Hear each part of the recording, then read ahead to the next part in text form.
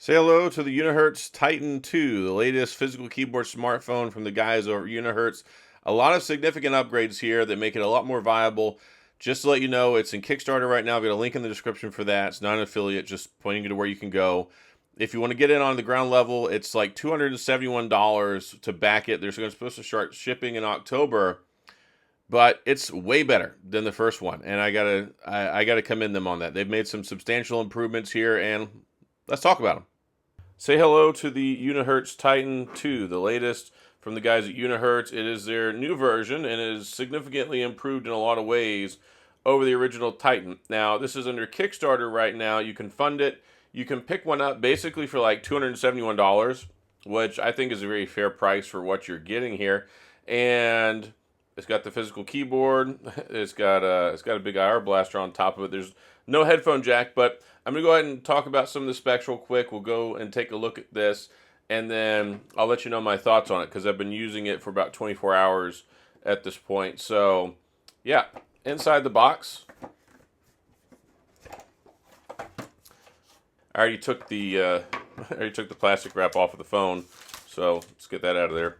But it does have some paperwork in here. You got your user guide, you got your warranty guide, and then it comes with a charger, which, I mean, it's always nice to have, right? So you got a power brick inside here. It's 33 watts. That's fine. You got a SIM ejector tool, and then we've got this USB-C to USB-C cable, so that way you can charge it. It does charge with USB-C. So that is all nice. Like I said, there's not really a whole lot here.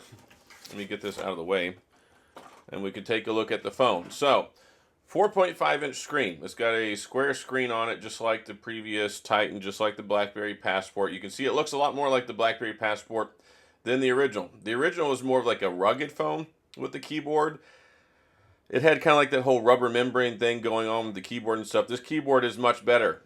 And you can see it's capacitive as well, so you can do the swiping and all that stuff. So if you want to be able to, ta-da, see, you can swipe. So there you go. It's got another screen on the back, so 4.5-inch screen on the front, 1440 by 1440 pixels, and then on the back is a 2-inch screen. You can tap to wake it, and it's got a clock on here. You can actually have some apps. There's a more apps option. I actually put a calculator on here, which you can use. You can indeed use the calculator, but it's a neat little thing. Maybe it's necessary, maybe it's not necessary. I don't know. You can see the two cameras back there. 50 megapixel main camera, and then you've got an 8 megapixel telephoto 3.4 times, and you got a 32 megapixel front facing selfie camera, Unihertz tagging there, and down here as well. I don't know if this texture is going to be on the final product. The phone itself is pretty slippery. I will say that. It's got these metal sides on it all the way around, so it's got metal. It is something where it feels premium, and it feels really like it's built really, really well, but at the same time, it is a little on the slick side. So, case options, of course, will be limited. We have our SIMs tray right here, and there's no SD card slot. This comes with 512 gigabytes of storage, so that's nice. USB-C charging, speaker down there, stereo speakers, and then you've also got 12 gigs of RAM. It's running Android 15. It has 5G, which is nice. That was a problem with the last one. This one has a significantly better processor. So this one's running the MediaTek Dimensity 7300, tops out at 2.6 gigahertz. I think that's totally fine. For getting a phone like this, less than $300, it's kind of like a unique boutique phone. I think the Dimensity 7300 is fine. You're not going to be doing any massive gaming or anything, but as far as like basic multitasking apps, normal day-to-day usage, I think this is going to be perfectly fine. It doesn't have a 120 hertz screen, and I don't even know what the screen is on here. I haven't been told. I can't tell. I think it's just an LCD screen. But the screen is fine. It is better than the one that was on the original Titan, which was pretty terrible. Mine was very, very washed out. So just to have this on here, I mean, it is nice to have all this stuff on here. And you can see it's like, okay, 4.5-inch screen. You get this 1-to-1 aspect ratio. You get this ugly Nothing Phone 3 picture that you can look at here. I don't really know what they're thinking.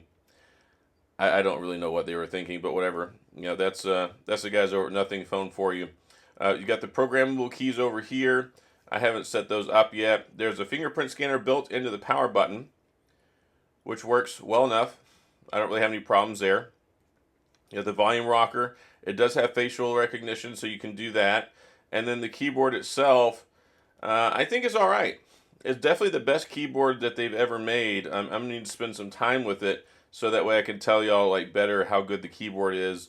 I just got to get used to it because you got the Alt key, the Function key, you got the Shift key, the Symbol key, the Menu key, the Back key, like all this stuff. Of course, it does have swipe gestures, and it is capacitive, so that's nice. That means you can do the swipe stuff. So I got to spend a lot more time with this. Just using it today, it is nice. Having a physical keyboard again, it doesn't feel like the Passport. It feels more like the Passport than the last Titan did. This is definitely the best keyboard that they've ever made.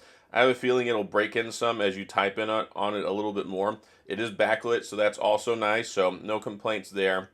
And yeah, overall, just my experience today, using it for the first day. I haven't used the cameras or anything yet. Really, this is just like, okay, first look, it finally got here. I know I made a video a couple days ago, and this actually got here about a week and a half, 2 weeks later than it was supposed to. So I should have already had like kind of more of a full review. There's still, like I said, it's not a completely 100% polished, refined product. So this is not a review in that world, right? This is not like okay, this is a full review on a finished product. This is like okay, let's go ahead and take a look at it, see what we got here. It's definitely way improved over the last Titan. I do appreciate the new chip that's in here. The screen looks better. The keyboard is way better. This is actually enjoyable enough to type on. So I do appreciate that. And I just appreciate that they're still committed to making keyboard phones. I'm hoping they make another Pocket. I would love to see like a little bit bigger Titan Pocket again. That's a little bit more streamlined, a little bit smaller, and more like the BlackBerry Classic used to be. Now that they've got this thing ironed out with the new chipset and the new platform, I wouldn't be surprised if we see like another Titan Slim, another Titan Pocket. But for right now, we have the Titan 2, and I think they've done a pretty good job with this, especially for the price point. If you're like, oh, this is $500-600, you'd be like, okay, that's a bit expensive.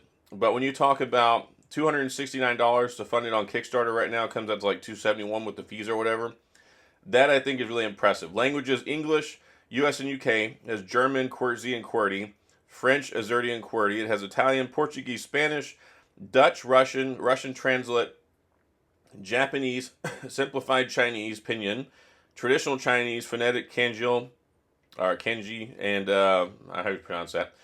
Quick input. So it's got plenty of language support in here, and overall, yeah, I think this is very viable, and I'm glad they went ahead and sent it out to me. So I'll talk about this a little bit more. All right, so I like it. It is slippery. It is heavy. It's like 235 grams, which puts it about 15 grams around ballpark heavier than the S25 Ultra, about 10 grams heavier than the iPhone 16 Pro Max. So, and it's not really that it's necessarily significantly heavier. It's just that it's more dense, right? It is a very thick phone. It's a very thick phone. It's very condensed because it's not tall. It's not elongated. It's not a rectangle. So it just feels a little heavier in the hand. And I mean, it feels like it's made well. It's definitely made well, that's for certain. They put it together really well. The keyboard, I think the keyboard is pretty good, at least so far. I'm gonna have to use it some more to see how fast and how fluent that I can get with it. Really, if you're interested in picking one of these up, I think the learning curve is about a week.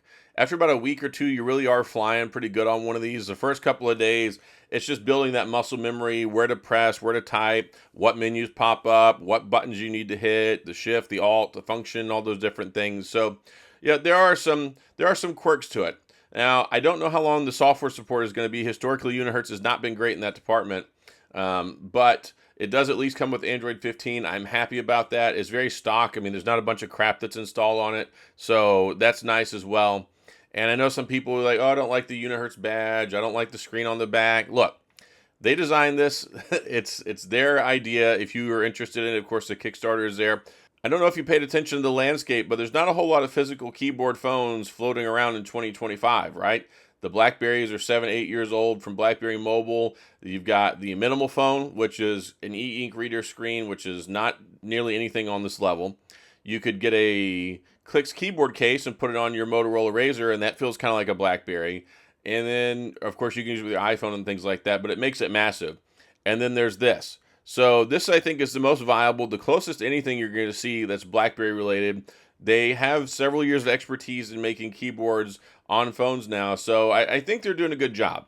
I appreciate what they're doing. They're making low entry phones. They're not putting all these crazy bells and whistles and frills and charging an astronomical amount of money. They're not trying to be anything that they aren't. They're just making a phone that they believe people want, and I think it's going to sell well. I think the Kickstarter sold out in like 7 or 15 seconds or something crazy like that. Their goal was a couple 100,000. I think it was like 400,000. I think they're already up to like 1 million. So I've been saying this for years. There is interest in legitimate physical keyboard phones, and I think this is the most appealing, the best one yet. Yes, you're not going to be really doing a lot of gaming on here, but again, it's a 1:1 aspect ratio. Your games are going to be cut off and squared anyway. It's just not going to work out all that well because you're not on a rectangle phone. That was always one of the issues with the square screens.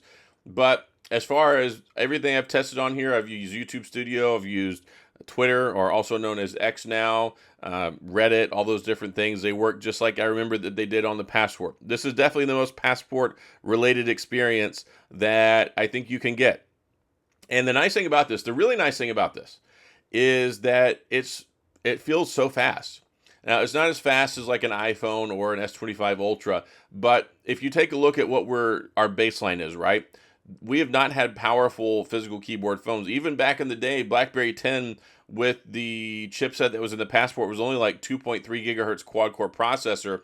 We've come a long way. So to have this up to 2.6 gigahertz octa-core processor, the Dimensity, it's a good chip. It's well balanced. You've got 5G, and I got to test out with network stuff. I've got a T-Mobile SIM card, so it should work fine, I think. But you're going to have issues with AT&T, of course, trying to get 5G more than likely. I don't know about Verizon. I don't have a Verizon SIM card. But anyway, I just wanted to show this off, let you guys see it, and also give you an opportunity to ask questions, right? So go down in the comment section. Let me know what questions you have. I'm going to try and get to those as I do my kind of full review on this. Again, this is not the final product. They told me that the design is basically kind of finalized. They might be tweaking a few things here or there. Maybe the texture might be different on the back or something. But by and large, the design is finished. It's just they're doing a lot of software and hardware optimization. Again, this is in Kickstarter. They're supposed to, if they're on schedule, start sending them out in October, which I think they'll be on track for that.